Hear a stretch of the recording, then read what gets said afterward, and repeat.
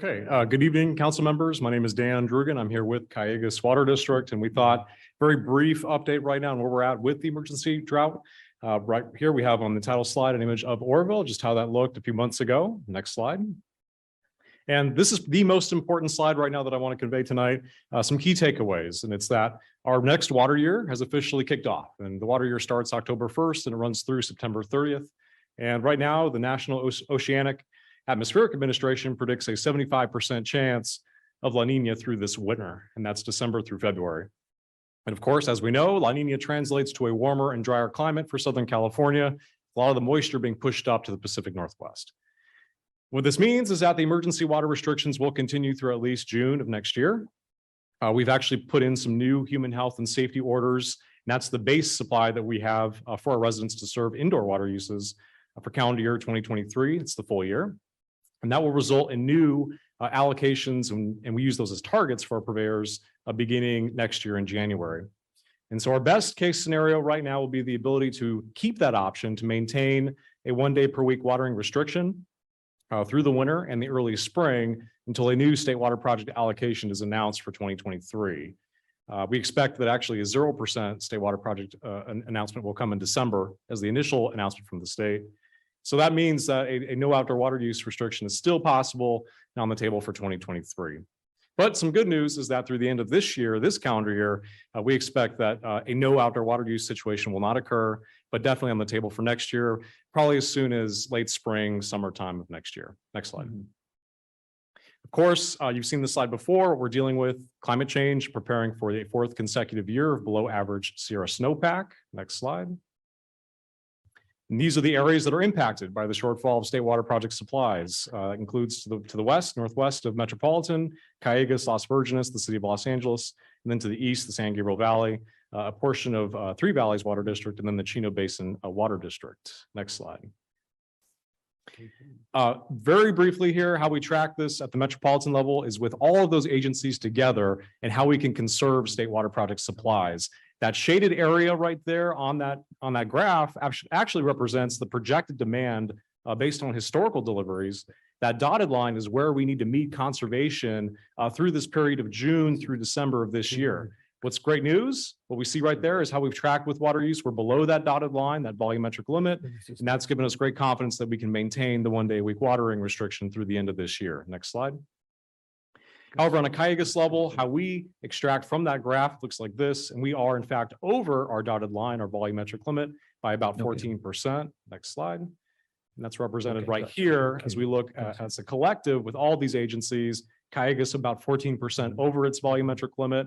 You can see Las Virgenes over there, 45% over, and then how the other agencies are under. But overall, as a collective, we're on target. That's great news. Next slide.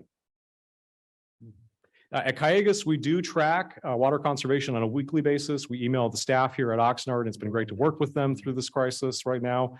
And in fact, you can see on this slide that the city of Oxnard is actually the most efficient user of state water project water in the service area. You can definitely chalk that up to great efforts here by the residents of Oxnard to conserve water. We really thank you for that.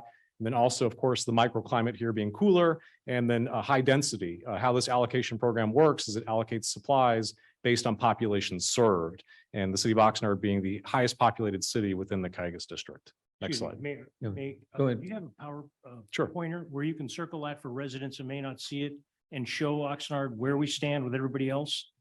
Which we're doing great. Apparatus or somebody. Mhm. Oh, here we go.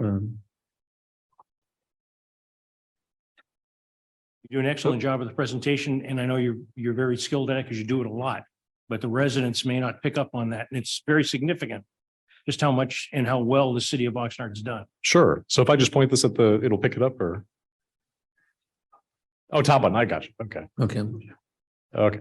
There we go. Wow, great technology. So right here, you can see on the left, this column, these are all the Calleguas purveyors that we are tracking right now. And actually, this slide represents the large Calleguas purveyors, so the cities and the large water agencies that we serve. And what's great to see is that Oxnard right here on this row is in fact the most efficient user of state water project supplies on a gallons per capita per day basis. 62% under its target that we've outlined here at Calleguas. Well, that's excellent. We need to be proud of that. That's fantastic. Yeah, and I have to chalk it up. I mean, you've got a great group here working on public outreach, conservation. The city of Oxnard staff has done a great job on this. Thank you. Mhm. Thank you. Moving on, and so Councilmember Perillo is actually a member of our Southeast Ventura County Drought Task Force. And a lot of those agencies that you just saw on the last slide, the large water agencies, were all working together to tackle these three issues. You know, how can we respond to the current crisis right now and conserve water supplies? Bring in extraordinary water supply. We're currently doing that at Calleguas by pumping from our Las Posas ASR facility located near Moore Park.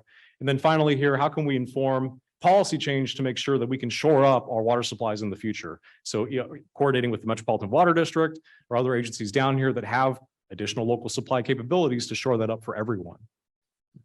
Finally, just two last slides here. I want to touch on some leadership changes that we have with our local water districts. The Metropolitan Water District actually just on October 11th elected a new chairman, Adan Ortega, and that represents a pretty big shift in leadership for the agency. Director Ortega has been a very staunch supporter of local supply development. So we expect with his new position here, he might be accelerating more investment in local resources in the future. So that's a good thing for us. And then finally at Calleguas, we have two directors that are retiring, Director Santa Maria and Director Blois. Both represent in full the city of Oxnard. So District 4, which is Director Santa Maria's seat, that includes South Oxnard and Port Hueneme area. And then District 5, that's Director Blois's seat, that's West Camarillo and North Oxnard. So keep tabs on your ballots there. We do have two elections coming up here for the city of Oxnard. Well, thank you so much. you. And again, let's commend Oxnard for working us with a water shortage. Thank you so much for an excellent presentation.